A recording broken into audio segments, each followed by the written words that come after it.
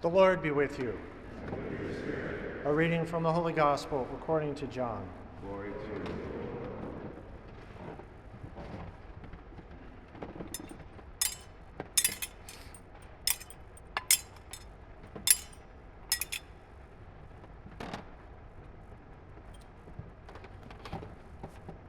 As Jesus passed by, he saw a man blind from birth.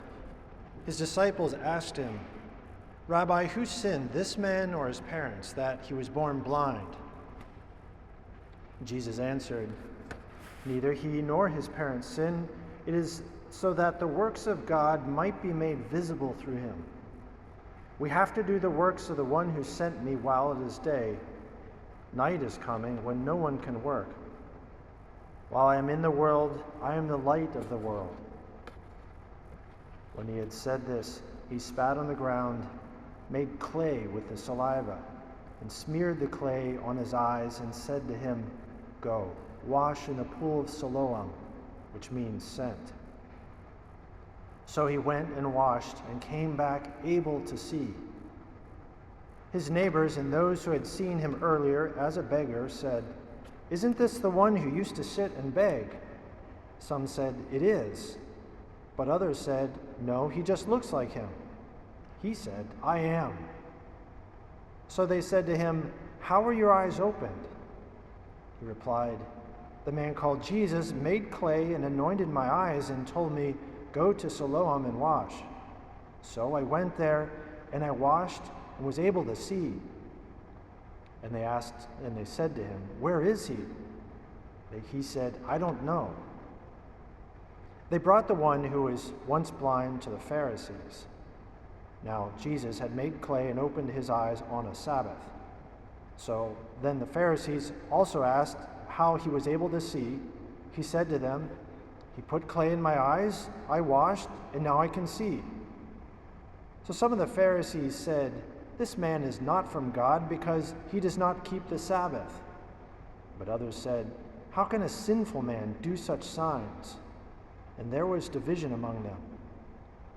So they said to the blind man again, "What do you have to say about him, since he opened your eyes?" He said, "He is a prophet." Now the Jews did not believe that he had been blind and gained his sight until they summoned his parents of the one who had gained his sight. They asked them, "Is this your son, who you say was born blind? How does he now see?" His parents answered and said, "We know that this is our son and that he was born blind. We do not know how he sees now, nor we do not know who opened his eyes. Ask him, he is of age, he can speak for himself." His parents said this because they were afraid of the Jews.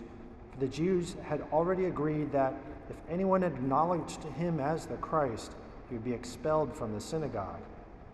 For this reason, his parents said, "He is of age, question him." So a second time they called the man who had been blind and said to him, "Give God the praise. We know that this man is a sinner." He replied, "If he is a sinner, I do not know. But one thing I do know is that I was blind and now I see." So they said to him, "What did he do to you? How did he open your eyes?" He answered them, "I told you already and you did not listen. Why do you want to hear it again? Do you want to become his disciples too?" They ridiculed him and said, "You are that man's disciple. We are disciples of Moses. We know that God spoke to Moses, but we do not know where this one is from." The man answered and said to them, "This is what is so amazing, that you do not know where he is from, yet he opened my eyes. We know that God does not listen to sinners, but if one is devout and does his will, he listens to him. It is unheard of that anyone ever opened the eyes of a person born blind. If this man was not from God, he would not be able to do anything." They answered and said to him, "You were born totally in sin, and you are trying to teach us." Then they threw him out. When Jesus heard that they had thrown him out, he found him and said, "Do you believe in the Son of Man?" He answered and said, "Who is he, sir, that I may believe in him?" Jesus said to him, "You have seen him. The one speaking with you is he." He said, "I do believe, Lord," and he worshiped him. Then Jesus said, "I came into this world for judgment, that those who do not see might see, and that those who do see might become blind." Some of the Pharisees who were with him heard this and said to him, "Surely we are not also blind, are we?" Jesus said to them, "If you were blind, you would have no sin. But now you are saying, 'We see,' so your sin remains." The Gospel of the Lord. Praise to you, Lord Jesus Christ.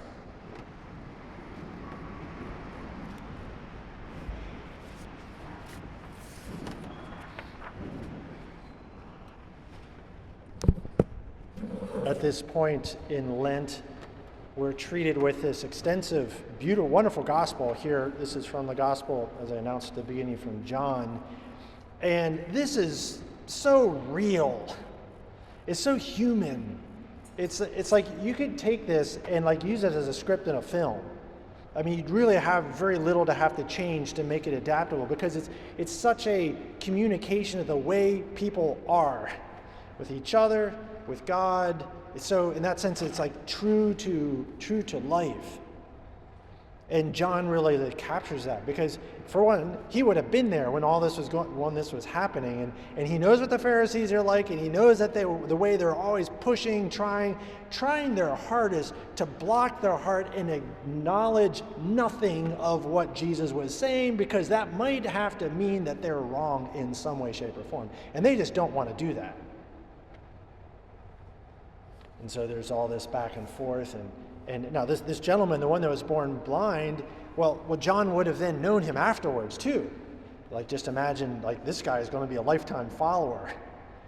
And after the resurrection, after the ascension, he would have been there, and John would have known him, and maybe even like 10 years later, they're reminiscing, "Yeah, do you remember that day?" And the Pharisees, they were livid mad. It was amazing. It was so cool that they just, like, our Lord just, but you could see, and remind me again, what was it like to see for the first time ever? And he'd probably even well up with tears, just remembering the gift that God had given them.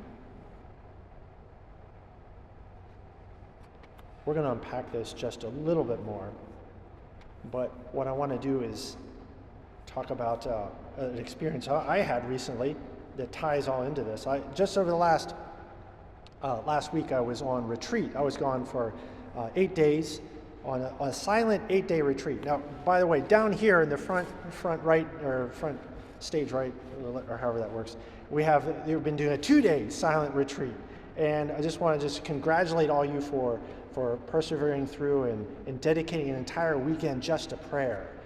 And it's going to tie in exactly because that's exactly what I was doing for 8 days. You did a 2-day version, I did an 8-day version on this a silent retreat. It's guided. There's talks that go through it, and you kind of have a preacher. I was listening to recordings to take you on there's a lot of structure to it. You're not just sitting there for 8 days just like staring at the ceiling or something. No, there's a structure to it.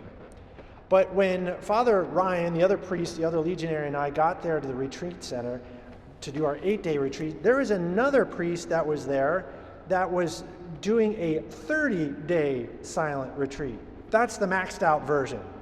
You do like once in a life, once in a life, maybe twice or something like that. And when we got there, he was on day 22. So his last 8 days lined up with our last days. Now, when I went into the chapel for the first time, I knew there was another priest. His name was Father Yusuf. Joseph would be but Yusuf, he was from Lebanon. And he worked in, I found out later, he worked in tech in Canada for a while, discovered his vocation. He'd like run a nightclub or something like that. He was a wild man, but then ended up becoming a priest, and then was currently working in Nicaragua. And so he was taking a break from that to do this retreat. So I knew there's this other priest that's in the retreat center, but I didn't know who it was. Whatever, yeah, we're all here doing the same thing. He's in silence, we're in silence, and you just don't talk, or whatever. So I go into the chapel, And they're up in the front, kind of like here, where it'd be like if someone was kneeling at the front pews up here in the beam. There was Father Joseph. And he was so wrapped in prayer, it almost like made me stop in my tracks. Like there's such a special thing happening here. I don't want to distract him. I hope I didn't make too much noise coming in, because in a certain way, even from behind, you could see he was radiating, glowing in a way. It's just this connection with God was just, now he'd been doing this for 22 days already, in silence and in prayer, 6, 7, 8 hours in the chapel, and he'd talk every day with his spiritual director, and doing this beautiful retreat. But it was like his whole being was connected to God. You could tell that just looking at the back of his head, it was that strong. It was that amazing, that powerful. Of course, then that motivated me, and like I wanted to say, okay, all right, I want to be like that. I want to be like Father Yusuf. And so it just motivated me to pray all the more and just really like leave everything behind and just focus on the one thing necessary for life and peace and goodness and joy and truth, and that is the Lord. And that's what you all have been doing these last 2 days. Now, because we're in silence, we weren't going to have a conversation halfway through on day 4 or something like that, but we'd pass each other like in the pathways outside, or he's coming into the chapel just as I'm leaving, and because he was like so full of joy, it's like you could see that he was struggling to like keep it in and not just burst out into a conversation. And so, who are you? And like, who this is? Like, you could see that was so filled up. He was so filled up with that, and just ready to talk. I mean, if you don't talk for 30 days, yeah, you're going to want to talk too. So what he did is that he would smile. He would just look at me and just beam this smile at me that was just the most wonderful smile. It's like his whole soul was like coming out through it. It was transparent and it was light. Father Yusuf, forgive me for saying this, Father Yusuf had never had braces, and you could tell. But somehow that made his smile all the better, even the imperfection in it. Because it's just the goodness of his heart coming out. Blessed are the pure of heart, for they shall see God. I could tell just by looking at him in his eyes, his heart was pure.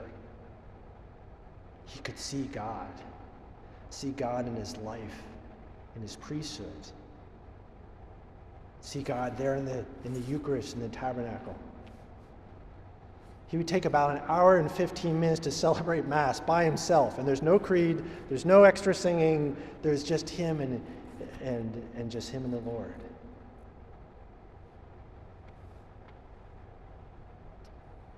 John, the one that wrote the gospel, also wrote 3 letters.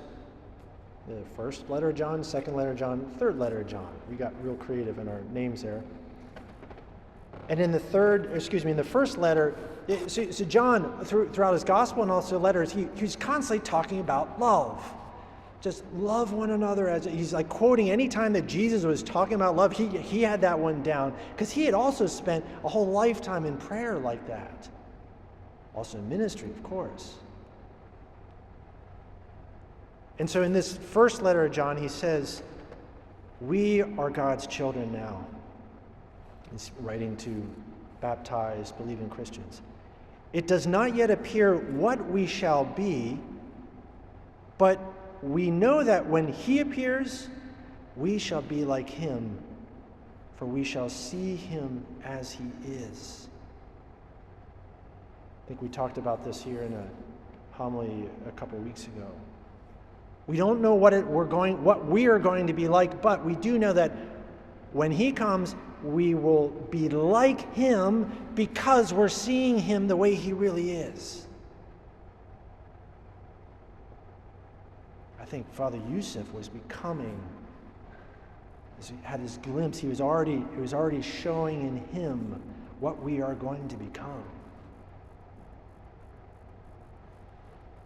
At the end of the retreat, he finished up his 30 days, and we finished up our 8. And in the normal form is that then you have dinner together and you have a conversation. And of course, that's where I found out about his nightclub life before he became a priest. And so, but then what I really wanted is, okay, Father Yusuf, you got to tell me what did God speak to you? So give me some of your insights from your retreat. And he just lit up again, because you could tell he was actually kind of getting lowered down by just ordinary talk about like where he's from and things like that. He says, yeah, that's nice. But then as soon as I asked him about like what insights did you have, he said, also like it lights right back up and says, I just want to love God. God's just so good to me. He's done so much. I just want to love him with every ounce that I am. I want to give him my whole heart. Now, he's a priest, and it wasn't like he wasn't doing that before. It's not like he was a bad priest and now he's a good priest. No. He was a good priest before. I mean, I could tell just by the way the things he was doing in his life and his commitment, his religious life. I could tell that. He was a very good priest. But it's like the more he got closer to God, the more light he could see, and the more he was seeing the Lord, and the more it was changing, and the more joy that he had. And it's almost like before, yeah, he could see, but now he could really see. It's not that he was totally blind before, but it's like there's even more mud cleared out of his eyes. And now I could really see. I think I did tell Father Yusuf, I'm going to pray for you, but even more, you pray for me. Because I want someone like you praying for me. He said, okay, I got you. This blind man here in John, he sees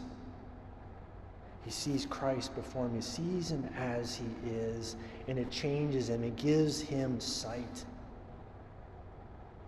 And that generalized anxiety of not being able to see, we were talking about that in our talk earlier, this generalized anxiety of not being able to see, where am I going, where's God, what's he up to, when that gets cleared out of our eyes and we're seeing the Lord for who he truly is, it's just like there's this peace and this joy that starts to well up inside of us. That first letter that we read, this is powerful. Brothers and sisters, Paul to the Ephesians, you were once darkness. That's like saying you're Darth Vader or something like that. You were once darkness, but now you are light in the Lord.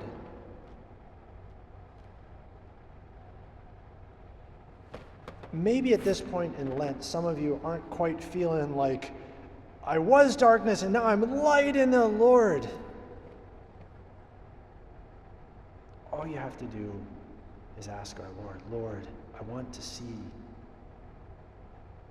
He might give you some instructions. Go wash your soul. And then you will have sight. Then you will be able to see. And as you see, we will begin to become like he is, for we will see him as he really is.